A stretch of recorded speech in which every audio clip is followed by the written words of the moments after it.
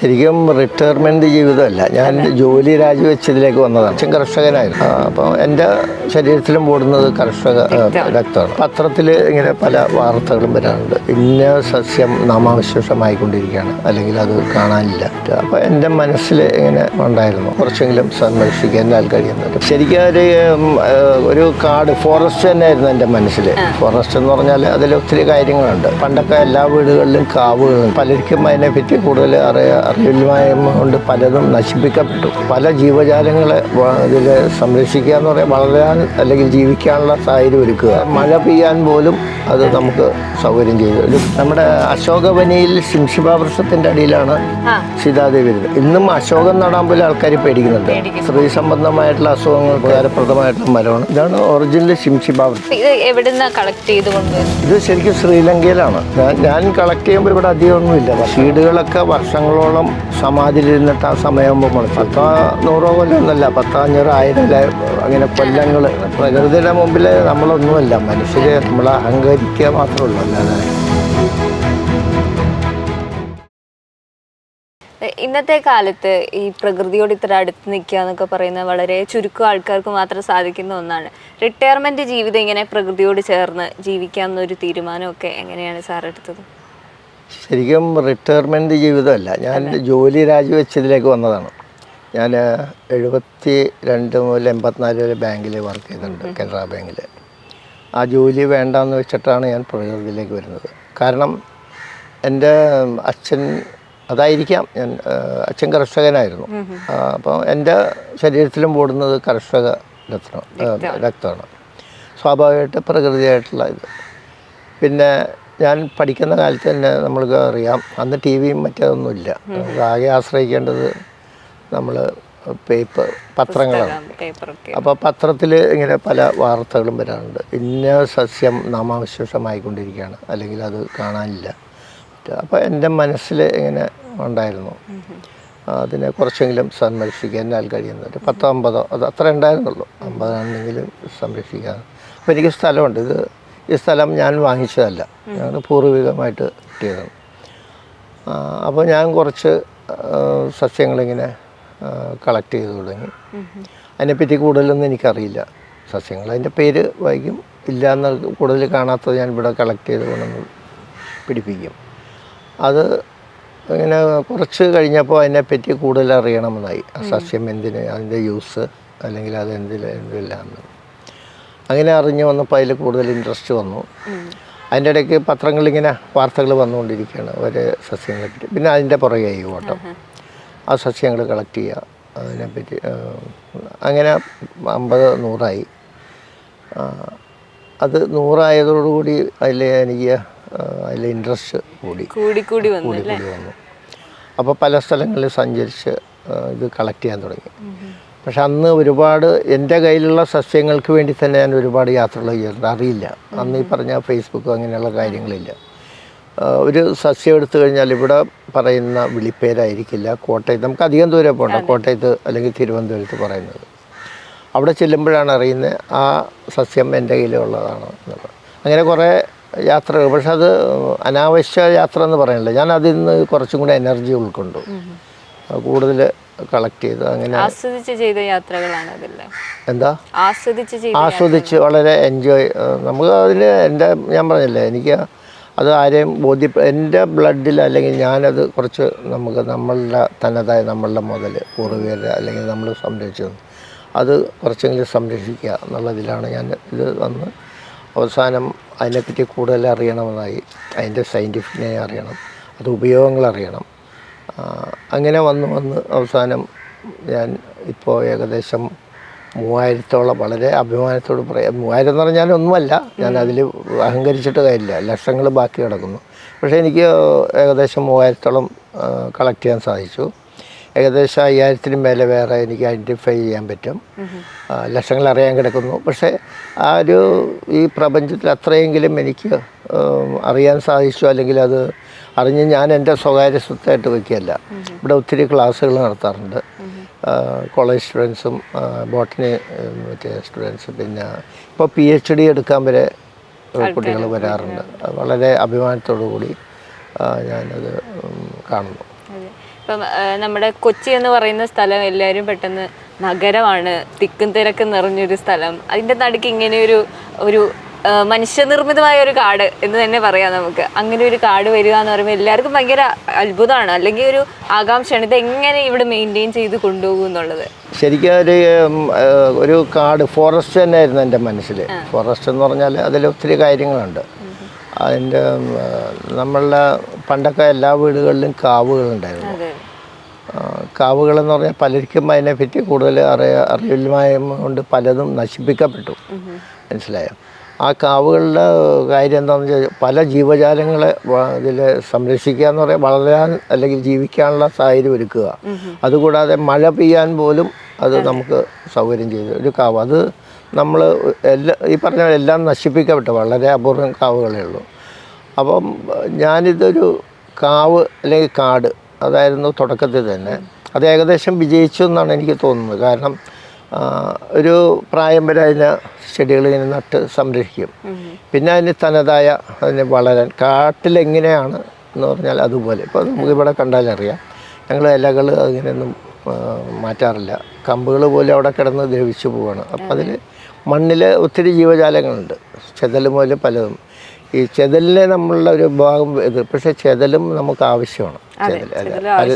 അതും കാരണം ഖരമായിട്ടുള്ള ചില വസ്തുക്കൾ നമുക്ക് മണ്ണാക്കി തരുന്നത് ചെതൽ തന്നെയാണ്. മനസ്സിലായോ? പക്ഷേ അതൊരു പരിധിയുണ്ട്, എല്ലാത്തിനും ഒരു പരിധിയുണ്ടല്ലോ. അതിന് പ്രകൃതി തന്നെ ഒരു ഇത് സർക്കിൾ അത് ഒരുക്കിയിട്ടുണ്ട്. നമ്മളൊന്നും ചെയ്യേണ്ട കാര്യമില്ല. അത് തനതായ ഒന്നിനൊന്ന് ഭക്ഷണമായിട്ട് ഇങ്ങനെ പറയും. അതിൽ കൂടുതൽ മനുഷ്യൻ്റെ കൈയെടുത്തൽ വരുമ്പോഴാണ് ഈ പ്രശ്നങ്ങളെല്ലാം ഉണ്ടാകുന്നത്. നമ്മളുടെ എടുത്തു പറയേണ്ട, നമ്മൾ മനുഷ്യർ ഒരുപാട് അഹങ്കരിക്കുക എന്നുള്ള ഇതിലേക്ക് വന്നു. അത് മാറ്റിവെച്ചാൽ പിന്നെ പ്രകൃതി നമുക്ക് എല്ലാവർക്കും ഒരു കാര്യം നമ്മൾ തീർച്ചയായിട്ടും മനസ്സിലാക്കണം. മനുഷ്യൻ ഇല്ലാതായത് കഴിഞ്ഞാൽ പ്രകൃതിയൊന്നും നശിക്കാൻ പോകുന്നില്ല. അത് ഒന്നും കൂടി തഴിച്ചു വളരുകയുള്ളൂ. പ്രകൃതി ഇല്ലെങ്കിൽ മനുഷ്യനില്ല. അതാണ് അതിൻ്റെ ഒരു സത്യം. എന്നിട്ടും ഇന്നത്തെ മനുഷ്യരെ നോക്കിയാൽ അവർക്ക് പ്രകൃതിയായിട്ട് വലിയ ബന്ധമൊന്നുമില്ല.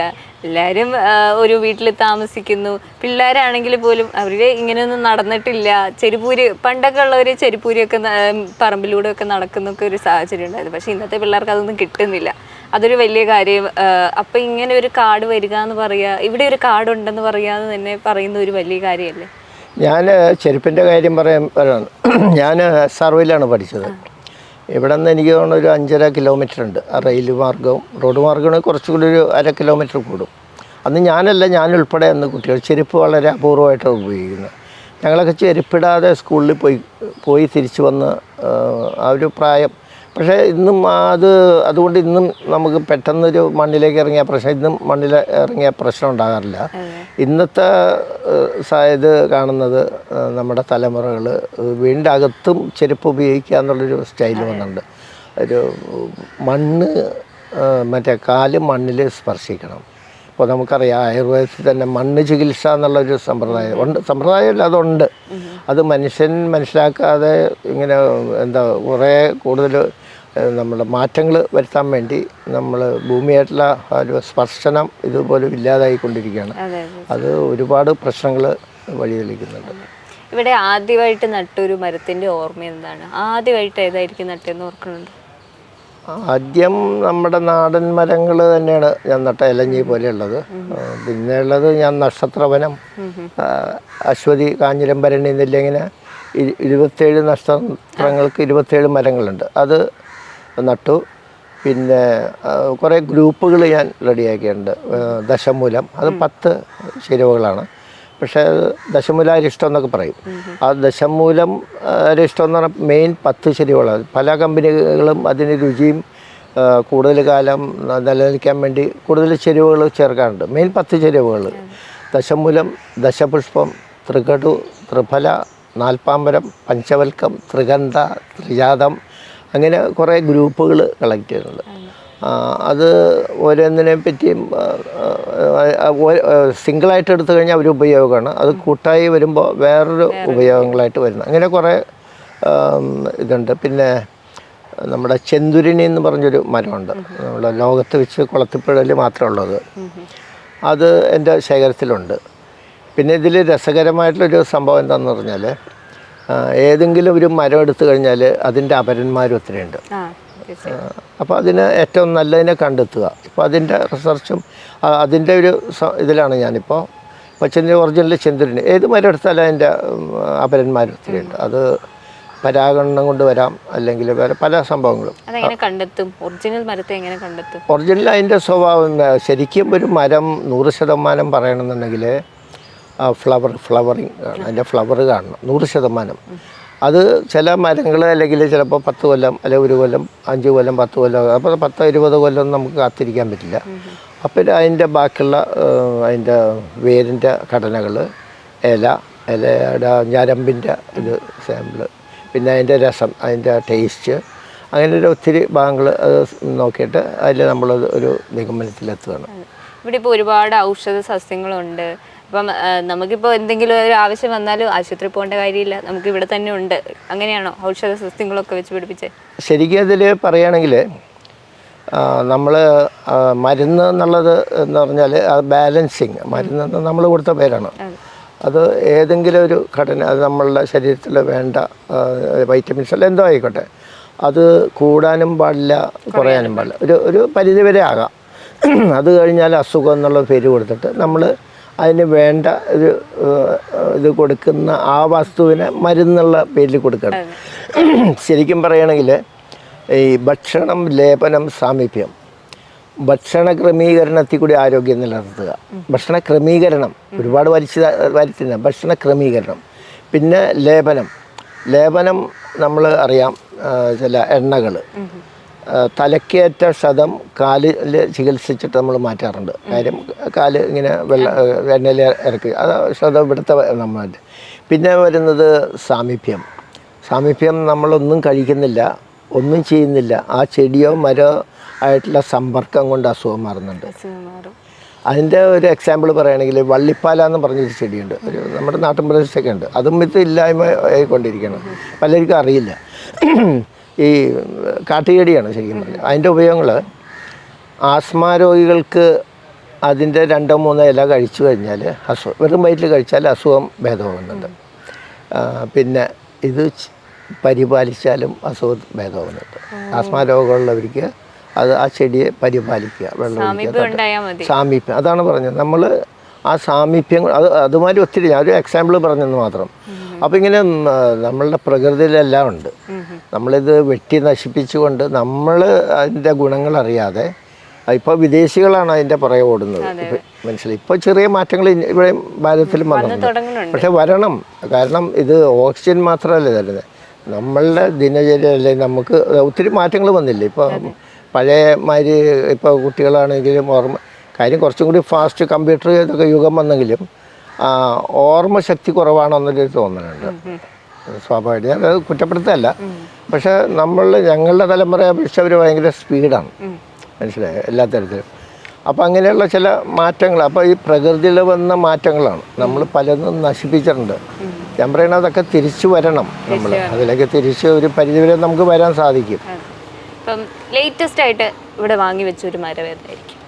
ലേറ്റസ്റ്റ് ആയിട്ട് അങ്ങനെ ഒന്നുമില്ല, പലതും ഇങ്ങനെ വന്നുകൊണ്ടിരിക്കുകയാണ്. പിന്നെ ഇപ്പം ആദ്യമായിട്ട് നമ്മളിപ്പോൾ ഇങ്ങനെ മരമൊക്കെ വെച്ച് പിടിപ്പിച്ചു, അപ്പോൾ വീട്ടുകാരുടെയും അല്ലെങ്കിൽ നമ്മുടെ നാട്ടുകാരുടെയൊക്കെ ഒരു അഭിപ്രായമൊക്കെ എന്തായിരുന്നു? അവരൊക്കെ എന്താ ശരിക്കും പറഞ്ഞത് ആദ്യം ഇങ്ങനെ തുടങ്ങിയപ്പോഴത്തേന്? തുടങ്ങിയപ്പോൾ എന്ന് പറഞ്ഞാൽ വീട്ടുകാരുടെ സപ്പോർട്ട് കിട്ടാൻ വേണ്ടി ഞാൻ പറയുക ചെറിയൊരു സൂത്രം, അത് 100% ഫലപ്രദമായി. സൂത്രം നിസ്സാരമാണ്. ഞാൻ ഈ ചെടികൾ കളക്ട് ചെയ്യാൻ പോകുമ്പോൾ ഇവരെയും കൂടി കൂട്ടുക. ഇപ്പം ഇവിടെ നിന്ന് കണ്ണൂർ പോവാണ്, കണ്ണൂർ എനിക്ക് ഒരു 2 ചെടി വേണം. അവിടെ നിന്ന് യാത്ര കൂടുതലും ഞാൻ വണ്ടിയിൽ കാറിലാണ് യാത്ര കൊണ്ടുപോയത്. കാരണം നമുക്ക് തിരിച്ചു വരുമ്പോൾ ചെടികൾ അവനെ നോവിക്കാതെ കൊണ്ടുവരിക എന്നുള്ളതിലാണ്. അതിൽ എക്സ്പെൻസ് ഒന്നും നോക്കിയിട്ടില്ല. പിന്നെ ഇവരെയും കൂട്ടിയിട്ട് യാത്ര ചെയ്ത് എവിടെയെങ്കിലും കൊള്ളാവുന്ന 2-3 സ്ഥലങ്ങളൊക്കെ കറങ്ങി എൻജോയ് ആയിട്ട് തിരിച്ചു വരിക. അപ്പോൾ അത് വൻ വിജയമായിരുന്നു. അവരുടെ ഓട്ടോമാറ്റിക്കലി അവർ അതിലേക്ക് വന്നു. അങ്ങനെയാണ്. പിന്നെ നാട്ടുകാരെ പറ്റി പറയാം, ഈ അടുത്ത കാലം വരെ ഞാൻ കുറ്റപ്പെടുത്തല്ല, അവർക്ക് അതിനെപ്പറ്റി പുറമേ നോക്കുമ്പോൾ അങ്ങനെയാണല്ലോ, ഞാൻ കുറ്റപ്പെടുത്തല്ല. എന്നെപ്പറ്റി ആരെങ്കിലും അന്വേഷിച്ച് ദൂരെ നിന്നാണ് ആൾക്കാർ ആദ്യം വന്നുകൊണ്ടിരുന്നത്. അവർ നോക്കുമ്പോൾ ഇവിടെ ചെറിയ കുറേ കാടുമാരി കിടക്കുന്നുണ്ട്. പലരും ചോദിക്കാറുണ്ടായിരുന്നു ഇങ്ങനെ, വന്ന ആൾക്കാർ പറയുന്നത് അവർ ഇങ്ങനെ ചോദിച്ചപ്പോൾ ആ കാട് പിടിച്ച് കിടക്കുന്ന പറമ്പല്ലേ. പക്ഷേ ഞാൻ മനസ്സുകൊണ്ട് സന്തോഷിക്കുകയായിരുന്നു. കാരണം ആ ഒരു പ്രകൃതിയിൽ ആ മാറ്റം അവർ മനസ്സിലാക്കി. അപ്പോൾ ഞാൻ വിജയത്തിലേക്കാണെന്നുള്ളത്. അപ്പോൾ എനിക്ക് കൂടുതൽ മുന്നേറാൻ അത് എനർജി തന്നു. ഇപ്പോൾ ഈ കൊച്ചി എന്നൊക്കെ പറയുന്ന ഒരു നഗരത്തിൽ ചൂടെന്ന് വെച്ചാൽ അതികഠിനമായ ചൂടുള്ള സമയത്ത് ഇവിടെ ഇപ്പം നമ്മൾ വന്നിരുന്നിട്ട് നമുക്ക് ചൂട് തോന്നുന്നില്ല, നല്ല തണുപ്പാണ് ഇവിടെ ഇപ്പം. അപ്പോൾ ഈ മരങ്ങളൊക്കെ കൊണ്ട് മനുഷ്യന് കിട്ടുന്ന ഒരു സമാധാനം ആശ്വാസമൊക്കെ ഒരു വലിയൊരു കാര്യമല്ലേ? അതെ, ഇവിടെ ഇത് അടുത്ത കാലം വരെ biodiversity, Kerala government biodiversity farm സ്കൂളായിട്ട് പ്രവർത്തിച്ചിരുന്നു. അപ്പോൾ ഞങ്ങൾ ഡെയിലി ഇവിടുത്തെ ടെമ്പറേച്ചർ എടുത്തപ്പോൾ 2-3 ഡിഗ്രി സെൽഷ്യസ് ചൂട് കുറവായിരുന്നു. ഇവിടെ കുറവാണ്. കാരണം അത് ഇപ്പോൾ ശരിക്കും പറഞ്ഞാൽ എൻ്റെ അയൽവക്കത്ത് ഒന്ന് താമസിക്കാൻ ആൾക്കാർ ഇഷ്ടപ്പെടുന്നുണ്ട്. മനസ്സിലായോ? നേരത്തെയൊക്കെ ഈ പറഞ്ഞ മാതിരി ആൾക്കാർക്ക് വിഷമായിരുന്നു കാടിൻ്റെ പക്ഷേ ഇന്ന് ഞാനും വളരെ സന്തോഷം. നമ്മൾ മാത്രമല്ല, എൻ്റെ കുടുംബം, അല്ലെങ്കിൽ ഞാൻ, എൻ്റെ ഭാര്യ, മക്കൾ മാത്രമല്ല, ഇത് പ്രപഞ്ചത്തിന് തന്നെ ഗുണമുള്ള കാര്യമാണ്. അപ്പോൾ അതിൻ്റെ റിസൾട്ട് എന്നെ സംബന്ധിച്ചോളം എനിക്ക് കൂടുതൽ എനർജി. ഇപ്പോൾ ഒരുപാട് പേര് പഠിക്കാനൊക്കെ ആയിട്ട് വരുന്നുണ്ടെന്ന് പറഞ്ഞു. എങ്ങനെയാണ് അവരിങ്ങനെ ഇവിടെ വന്ന് എങ്ങനെയാണ് പഠിക്കുക, എങ്ങനെയാണ് ആ കാര്യങ്ങളൊക്കെ? അവർ ബോട്ടണിക്കാരൊക്കെ വന്നു കഴിഞ്ഞാൽ ഞാനും വളരെ ഹാപ്പിയാണ്. അവരെന്ന് പറഞ്ഞാൽ ഇതിനെപ്പറ്റി ഒരു ചെടിയെപ്പറ്റി അറിയാൻ വേണ്ടി വരുന്നു. എല്ലാ മിക്ക കോളേജിലും വന്നിട്ടുണ്ട്. പിന്നെ ആയുർവേദ ഡോക്ടേഴ്സ് അവരുടെ കൂട്ടായ്മകൾ ഇവിടെ വയ്ക്കാറുണ്ട്. പിന്നെ റെസിഡൻസ് അസോസിയേഷൻ്റെ പരിപാടികൾ വയ്ക്കാറുണ്ട്. പിന്നെ ഞങ്ങൾ തന്നെ ചില ക്ലാസ്സുകൾ ഇവിടെ ചില സമയങ്ങളിൽ വയ്ക്കാറുണ്ട്. അത് ക്ലാസ്സുകൾ വയ്ക്കാൻ കാരണം ഈ ജനങ്ങളുടെ ഒരു അവബോധം ഈ പ്രകൃതിയിലേക്ക് ഇങ്ങനെ നമ്മൾക്ക് ഇതില്ലെങ്കിൽ ജീവിക്കാൻ ബുദ്ധിമുട്ടാണ്, അല്ലെങ്കിൽ ജീവിക്കാൻ ബുദ്ധിമുട്ടെന്ന് പറയാൻ പറ്റില്ല, ജീവിക്കാൻ തന്നെ സാധിച്ചൊന്നുമില്ല. അങ്ങനെ വരുമ്പോൾ അവർ ഒരു പലരും ഇങ്ങനെ പങ്കെടുക്കാൻ മടി കാണിക്കുമ്പോൾ ഞാൻ പറയും, നിങ്ങൾ വേണമെങ്കിൽ എഴുന്നേറ്റ് പോകാൻ, നിങ്ങൾക്ക് കുറച്ചേരം അറ്റൻഡ് ചെയ്യൂ. പക്ഷെ അത് നല്ല ഗുണങ്ങളുണ്ടായി എന്നെ സംബന്ധിച്ച്. കാരണം ഒത്തിരി പേർക്ക് ഇന്നും ഞാനത് കുറ്റപ്പെടുത്തുകയല്ല, ഇന്നും ഈ പറഞ്ഞ തണലും തണുപ്പും അല്ലെങ്കിൽ ഓക്സിജൻ എല്ലാവർക്കും വേണ്ടി കുറ്റമല്ല, ഞാൻ മൊത്തം ഒരു പറയണം, ഇല വീഴാൻ പാടില്ല, അങ്ങനെയുള്ളൊരു സമ്പ്രദായം. അപ്പം ഞാൻ ഒരു ഈ പ്രവൃത്തിയിൽ വന്ന് അയൽവക്കക്കാരായിട്ട് ഒരു പ്രശ്നം ഉണ്ടാകാൻ പാടില്ല. അപ്പോൾ ഞാൻ കണ്ട ഒരു പരിപാടി ഇവരെയും കൂടി ഇതിൽ ഉൾക്കൊള്ളിച്ചുകൊണ്ട് ക്ലാസ്സുകൾ അറ്റൻഡ് ചെയ്യുമ്പോൾ നല്ല മാറ്റം കാണുന്നുണ്ട്. ഇതിലെന്ന് പറഞ്ഞാൽ നമ്മൾ അന്യന് ശല്യമാകുന്ന തരത്തിൽ കൊമ്പോ മരമോ ചാന്ന് കഴിഞ്ഞാൽ നമ്മൾ വെട്ടിമാറ്റണം. ഇതല്ലാതെ ഇല പറന്ന് വീഴാൻ പാടില്ല എന്ന് പറഞ്ഞാൽ, അപ്പോൾ ഒരു അനുഭവം പറയണം. അപ്പോൾ അതിലും നമുക്ക് അവരുടെ സൗഹൃദം പോകാതിരിക്കാൻ വേണ്ടി അവരെ ക്ലാസ്സുകൾ പങ്കെടുപ്പിച്ച് ഒരു അവബോധം ഇപ്പോൾ നല്ല മാറ്റങ്ങൾ കാണുന്നുണ്ട്. ഇവിടെ ഇപ്പോൾ ഒരുപാട് കിളികൾ, അണ്ണാൻ, അങ്ങനെ ഒത്തിരി ജീവജാലങ്ങളൊക്കെ വരുന്നുണ്ട്. നമ്മൾ ഇരിക്കുമ്പോൾ തന്നെ കാണാം അണ്ണാനൊക്കെ കയറി പോകുന്നല്ലേ. അപ്പോൾ ഭയങ്കര സന്തോഷമല്ലേ? പിള്ളേർ ഇതെല്ലാം കണ്ട് കൊച്ചുമക്കളുണ്ട്, അവരിതെല്ലാം കണ്ട് വളരുന്നു. അവരൊക്കെ എന്താ പറയാറില്ലേ? അല്ല, അവർ വളരെ മാനസികമായിട്ട് വളരെ സന്തോഷമാണ്. പിന്നെ എന്താണെന്ന് വെച്ചാൽ അതിൻ്റെ ഇടയ്ക്ക് ഞാൻ പറയാം, ഇവിടെ മിക്ക സ്കൂൾ കോളേജുകളിലും മറ്റേ എക്സിബിഷൻ്റെ തലേദിവസം എന്നെ ക്ഷണിക്കാറുണ്ട്. അവർക്ക് അറിവില്ല എന്നുള്ളതല്ല, ചില ചെടികളെ പറ്റി ഐഡൻറ്റിഫൈ ചെയ്യാനായിട്ട് ചെല്ലാറുണ്ട്. ഇപ്പോൾ അവൻ്റെ സ്കൂളിൽ എൻ്റെ കൊച്ചു മോൻ 10th പഠിക്കുന്നത് ഭവൻസിൽ. ഇത്തവണ അവൻ്റെ സ്കൂളിൽ പോകേണ്ടി വന്നില്ല. അതെല്ലാം അവൻ തന്നെ കറക്റ്റ് ചെയ്തു. വളരെ അഭിമാനമുള്ള കാര്യമായിരുന്നു. അവിടുത്തെ ടീച്ചർ വിളിച്ച് പറഞ്ഞു, അതിനെല്ലാം ക്ലിയറായിട്ട് തന്നിട്ടുണ്ട്. അപ്പോൾ അത് മക്കൾ പോലും പഠിച്ചു വന്നു എല്ലാ മരത്തെ പറ്റിയും ചെടികളെ പറ്റിയൊക്കെ ഏറെക്കുറെ പഠിച്ചിട്ടുണ്ട്. ഇപ്പോൾ നക്ഷത്ര വൃക്ഷമൊക്കെ ഒന്ന് സെറ്റ് ചെയ്ത് തരണമെന്ന് പറഞ്ഞാൽ ഞാൻ അവരെ അതിൽ പങ്കെടുപ്പിക്കുകയാണ്. അപ്പോൾ അവർക്ക് ഏകദേശം മൂത്തവനത് 27 കറക്റ്റായിട്ട് അങ്ങനെ ഓരോന്ന് ഇപ്പോൾ ആരെങ്കിലും വാങ്ങിക്കാൻ വന്ന് അവരെ കൊണ്ട് എടുപ്പിക്കുക, അങ്ങനെയുള്ള സംഭവം അത് വളരെ വിജയമായിരുന്നു. ഇപ്പം ബാക്കി എന്തൊക്കെയാണ് ഒഴിവ് സമയങ്ങളിലെ ഹോബീസൊക്കെ എന്താണ്? ഹോബീസ് ഇന്നും മനസ്സിൽ നമ്മുടെ ഇവിടെ ഇല്ലാത്ത ചെടി എവിടെയെങ്കിലും ഉണ്ടോ അതെവിടെ ഓടി എൻ്റെ കളക്ഷനിൽ കൊണ്ടുവരിക. മനസ്സിലായി? അത് എൻ്റെ സ്വകാര്യ സ്വത്തായിട്ടല്ല വയ്ക്കുന്നത്, അതിൻ്റെ സംരക്ഷണ ചുമതല മാത്രമേ എനിക്കുള്ളൂ. അത് എല്ലാവർക്കും അവകാശപ്പെട്ടതാണ്. മനസ്സിലായോ? അപ്പോൾ കുട്ടികൾ വരുമ്പോൾ ഒരു പുതിയ ചെടി അവരുടെ മനസ്സിലാ സന്തോഷം കാണുമ്പോൾ ഞാൻ വളരെ ഹാപ്പിയാണ്. ഇതാണ് നമ്മുടെ ക്ഷേത്രം, ധന്വന്തരി ക്ഷേത്രമാണ്. ഈ ക്ഷേത്രത്തിന്റെ തുടക്കമൊക്കെ എങ്ങനെയായിരുന്നു? എത്ര വർഷമായി? ഇപ്പൊ 2 വർഷമായി. കാശി മഠാധിപതി ആണ് പ്രതിഷ്ഠയ്ക്ക് വന്നത്. അന്നാണ് പ്രതിഷ്ഠ നടത്തിയത്. അങ്ങനെ വീടുകളിൽ വരാത്ത ഒരാളാണ്. അത് നമ്മുടെ ഒരു ഭാഗ്യം കൊണ്ട് വന്നു. 2-3 ഈ ചെടികളെല്ലാം നടന്നു കണ്ടു. 3-4 മണിക്കൂർ ഇവിടെ ഉണ്ടായിരുന്നു. ശരി, ഭയങ്കര സന്തോഷമുള്ള ഒരു കാര്യമായിരുന്നു അല്ലേ? അതെ അതെ, വിഷ്ണുവിൻ്റെ അവതാരമാണല്ലോ. അപ്പൊ ഇവിടെ എങ്ങനെയാ പൂജ? അതിനിപ്പോൾ 19-ാം തീയതി മറ്റേ ഇവിടെ ഡെയിലി പൂജയുണ്ട്. ഈ മറ്റേ ധന്വന്തരി ജയന്തിക്കും പ്രതിഷ്ഠാദിനത്തിനും ഹോമങ്ങളുണ്ട്. ധന്വന്തരി ഹോമങ്ങൾ ഇപ്പോൾ ഈ 19 ധന്വന്തരി ജയന്തിയാണ്. ബാക്കിയുള്ള ദിവസം ഡെയിലി രാവിലെ വിളക്ക് കത്തിക്കൽ, വൈകിട്ടും വിളക്ക് കത്തിക്കും. ഇതിൻ്റെ വർക്കൊക്കെ കുംഭകോണം അവിടെ നിന്ന് വന്നിട്ട് തമിഴ്നാട്ടിൽ നിന്ന് വന്നു. ഒരിക്കലും നമ്മുടെ പാലക്കാട് പാത പിന്തുടരാൻ ആർക്കായിരിക്കും? അത് ആരെങ്കിലും ഒരാളെങ്കിലും ഉണ്ടാവും, അത് ഉറപ്പാണ്. പിന്നെ ഇവിടെ ഒരു മരം ഞാൻ പരിചയപ്പെടുത്താം. നമ്മുടെ അശോകവനിയിൽ ശിംശിബ വൃക്ഷത്തിൻ്റെ അടിയിലാണ് സീതാദേവി വരുന്നത്. ഇന്നും അശോകം നടാൻ പോലും ആൾക്കാർ പേടിക്കുന്നുണ്ട്. അശോകം എന്നുള്ള പേരിൽ തന്നെ ഉണ്ട് ശോകമില്ലാതാക്കുന്നത്. പിന്നെ സ്ത്രീ സംബന്ധമായിട്ടുള്ള അസുഖങ്ങൾക്ക് ഏറ്റവും ഉപകാരപ്രദമായിട്ടുള്ള മരമാണ്. ഇപ്പോൾ അശോകാരിഷ്ടം, അശോകകൃതം, അങ്ങനെയുള്ള ഒരുപാട് വേറെ മരുന്നുകളുണ്ട്. അപ്പോൾ ശിംശിബ എന്ന് പറഞ്ഞാൽ ഒറിജിനൽ ശിംശിബ ഞാൻ കാണിച്ചു തരാം. ഇതാണ് ഒറിജിനൽ ശിംശിബ വൃക്ഷം. മനസ്സിലായോ?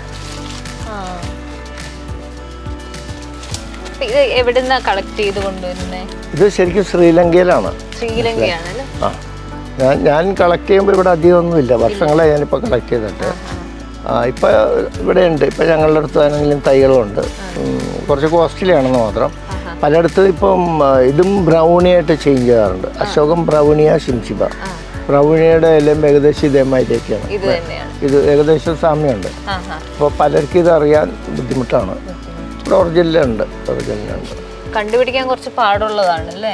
അതിൽ നിത്യം നമ്മൾ അതുമായിട്ട് സമ്പർക്കം, ഇത് ഡെയിലി സഹവാസമുള്ളതുകൊണ്ട് നമുക്ക് പെട്ടെന്ന് അറിയാം.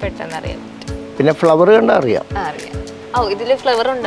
ഇത് പുഷ്പറാണിയാണ് ശരിക്കും. ഭയങ്കര അത് സാധാരണ പുഷ്പങ്ങൾ വേനൽക്കാലത്ത് ഉണ്ടാവും. ഏതാ കൊട പോലെ നിൽക്കുന്നു? അത് അതിൽ വള്ളി കയറിയിട്ടാണത്. അത് മറ്റേ ചതുരപ്പുള്ളിയാണത്. മറ്റേത് കമണ്ടലു, മറ്റേ സന്യാസിപ്പഴം എന്നൊക്കെ പറയുന്നത്. ഇത് മധുരലൂബി എന്ന് പറയും. 365 ദിവസം കായ ഉണ്ടാവും. പക്ഷെ ഞങ്ങൾക്ക് കിട്ടാറില്ല. കൂടുതലും കുയിൽ അതുപോലെയുള്ളതൊക്കെ കഴിച്ച്. അത് തന്നെ കായ. മഞ്ഞ നിറമാകുന്നത് ഇല്ല, ഒരു ചുമന്ന കളർ വരും. ഇത് കേട്ടോ, ഒത്തിരി കായ ഉണ്ടാവും. നമ്മുടെ ഇതിലും കുറച്ചും കൂടി വലിപ്പം വയ്ക്കും. ഇത് ഭയങ്കര ടേസ്റ്റാ. മധുരം. ഇത് അധികം സ്ഥലത്ത് കണ്ടിട്ടില്ല. ലവ്ലോവിക്ക പുളിയുള്ളതുണ്ട്, മധുരമുണ്ട്. പക്ഷെ ഇത് ഒരു പ്രത്യേക ടേസ്റ്റാണ്. ഇത് മൾബറിയാണ്. ഇത് പാകിസ്ഥാൻ ഇത് നമ്മുടെ വിരലിൻ്റെ അത്രയാവും വലിപ്പമുള്ള ടൈപ്പ്. ഭയങ്കര ടേസ്റ്റിയാണ്.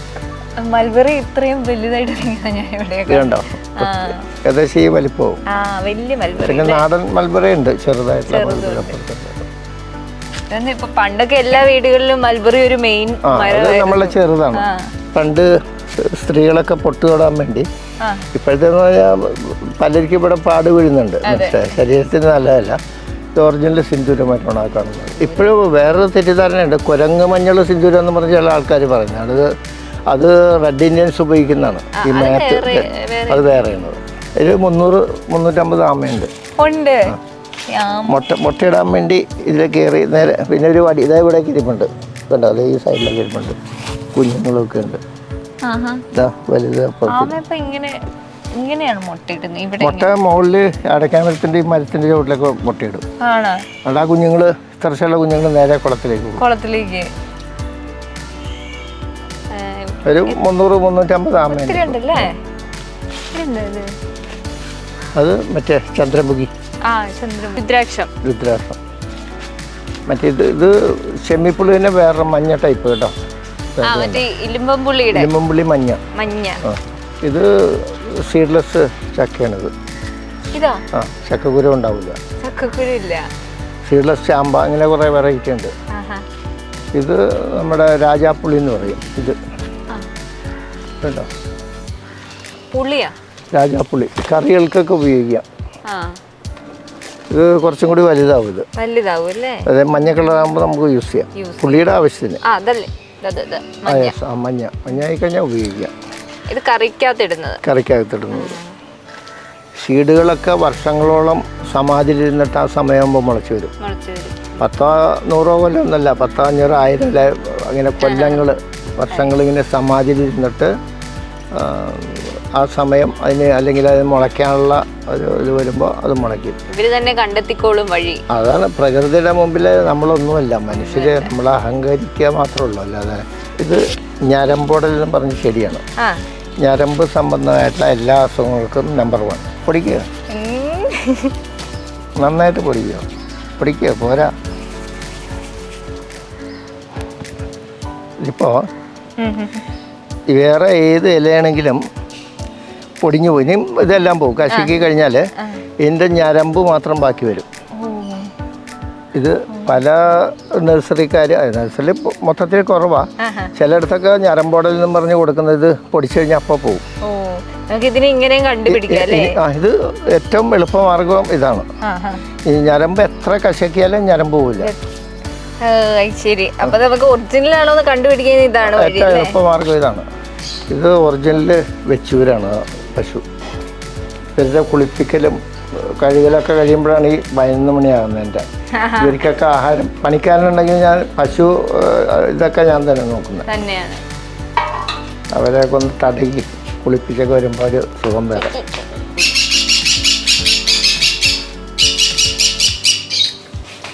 ഇല കാണുന്നത് മറ്റേത് മരച്ചീര എന്ന് പറയും. ചീരയ്ക്ക് പോലെ ചീര, ഭയങ്കര ടേസ്റ്റിയാണ്. പിന്നെ ചേമ്പ്, മറ്റേത് റംബൂട്ടാൻ, 2-3 ടൈപ്പ്. മറ്റേ ചോള രുദ്രാക്ഷം ഈ കാണുന്നത്, മുള വള്ളിമുള ഇതേ പോയേക്കണ കണ്ടോ, ആ മരത്തേക്ക് കയറാൻ വള്ളിയായിട്ട് തന്നെ പോകും. നാഗലിംഗത്തിൻ്റെ ഫ്ലവറാണ് കേട്ടോ. നാഗലിംഗം എന്ന് പറഞ്ഞാൽ നാഗം സർപ്പം, സർപ്പം. ഇതാണ് സർപ്പം. അടിയിൽ ശിവലിംഗം.